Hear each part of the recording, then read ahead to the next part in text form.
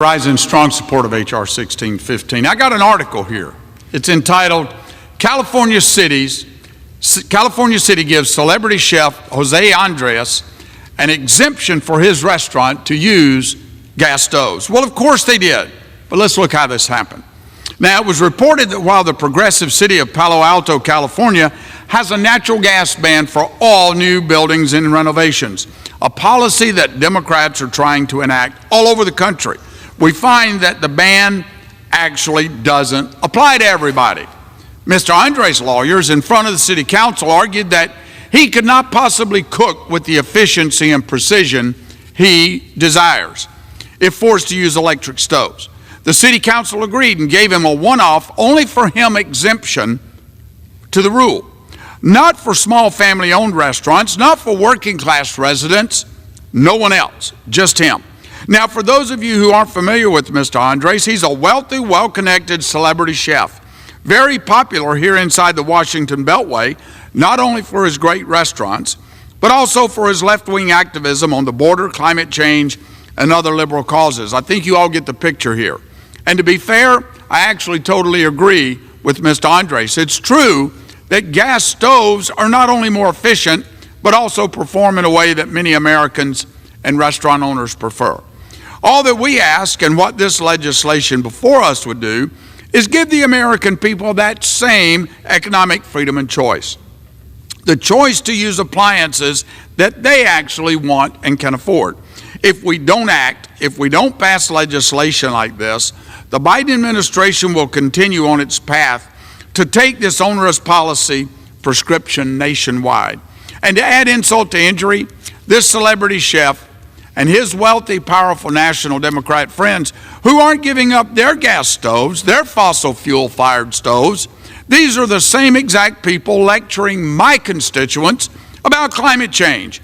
They say that it's an Appalachian Ohioans and working class families all over the country who need to give up their cars, their stoves, and their furnaces to avert the climate crisis. This is madness. It's hypocrisy. Mr. Speaker, any American, regardless of whether or not they're a wealthy, politically connected coastal elite, should be able to cook on a gas stove if they choose to. I urge my colleagues to support this measure. Thank you, and I yield back. Oh, wow, friends. This is serious news. SNAP monthly benefit payments are being delayed in several states, and hundreds of thousands of Americans are now at risk of permanently losing monthly benefits. But lawmakers in the House of Representatives has just put forward a new piece of legislation that may solve this problem. My dear friends, please make sure that you watch until the end of this video to hear about all of the details. Also, this coming Friday, I will be announcing more winners for the $75 Walmart gift card giveaway. If you would like to enter the weekly giveaway, friends, all you need to do is click and like several of my videos and then comment below the keyword of each video that you watch. The more videos that you watch and then comment on, the greater your chances, friends, of winning the giveaways. SNAP Benefits is the nation's most important anti-hunger program, and it provides essential food purchasing assistance for low-income households. According to the Center on Budget and Policy Priorities, the SNAP program helped an average of 41 million Americans in 2021. But now some states are failing to pay recipients on time, while others may even be at risk of losing their benefits. According to state public records, the state of Georgia failed to pay thousands of SNAP recipients in May. About 63%, or almost 47,000 applications, were also delayed in May. On the Facebook page of the State Department of Human Services, one SNAP recipient said they applied to renew benefits nearly 2 months ago and have not received any food benefits since March. Applications for SNAP benefits are supposed to be processed within 30 days. Kylie Winton, a Department of Human Services spokesperson, told reporters, We are working as quickly as possible to get all applications processed and are actively hiring to fill positions so we can serve our clients more expeditiously. But SNAP recipients nationwide are also at risk of losing their benefits by 2025 under a new legislation. President Biden signed a bill into law to suspend the debt limit, but it also changed work requirements for older adults. The new agreement will expand work requirements for adults 50 to 54 years old. Currently, SNAP dictates that adults 18 to 49 years old can only receive food stamps for 3 months out of every 3 years, unless they work at least 20 hours per week. Analysts have said this puts nearly 800,000 older adults, aged 50 to 54, at great risk of losing their food assistance. Veterans, kids aging out of foster care, and the homeless are exempt from the new SNAP changes.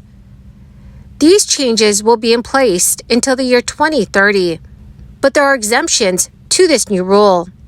The Philadelphia Inquirer said state governments in charge of administering SNAP benefits can waive the work requirements for areas with high levels of unemployment.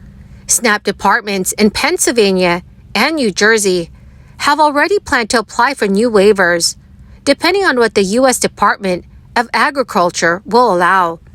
Yadira Caravallo, who represents Colorado's 8th Congressional District, introduced the bill this week to permanently solidify work exemptions for veterans, unhoused individuals, and former foster youth under the age of 25. Yadira, along with other Democratic representatives, are pushing to help those that are currently experiencing financial difficulties. On June 13th, the legislators introduced the Food Access and Stability Act to do just that. And according to the lawmakers, people not working 20 hours a week could be taking care of children or living on fixed retirement incomes, especially in that 50 to 54-year-old group. The work exemptions that Representative Yadira is pushing to make permanent are very critical.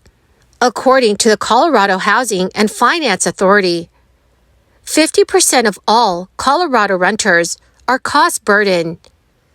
These individuals pay more than 30% of their household income for rent and are the ones at the greatest risk of homelessness when SNAP becomes much harder to get. Yadira is helping lead the charge on the Farm Bill as she works to gather more sponsors, including Republicans, for the Food Access and Stability Act. U.S. grocery prices ticked up in May after dipping in March and April.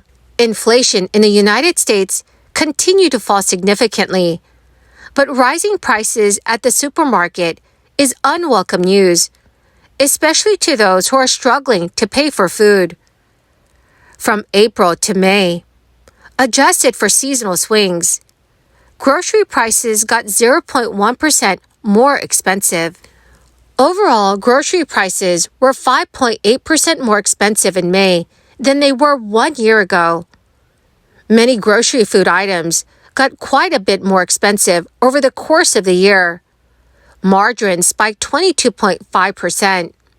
Flour jumped 17.1%. Bread even spiked 12.5%, and sugar rose 11.1%. Even though grocery prices increased overall from April to May, a number of individual items were much cheaper, notably eggs. The item, which was soaring earlier this year, dropped nearly 14% last month. That is the largest single-month price decline since January 1951. Well, my gorgeous and amazing dearest friends, that is the end of my daily stimulus update video for this Wednesday. My dearest friends, thank you very, very much for joining me here and for being part of this community. To say thank you and to show my appreciation, I'll be announcing several winners this coming Friday for the Walmart gift card giveaway. If you would like to enter the weekly giveaway, friends, please click and like several of my videos and then comment below the keyword of each video that you watch. The more videos that you comment on, my friends, the greater your chances of winning the giveaways. Thank you and have a wonderful and very blessed Wednesday.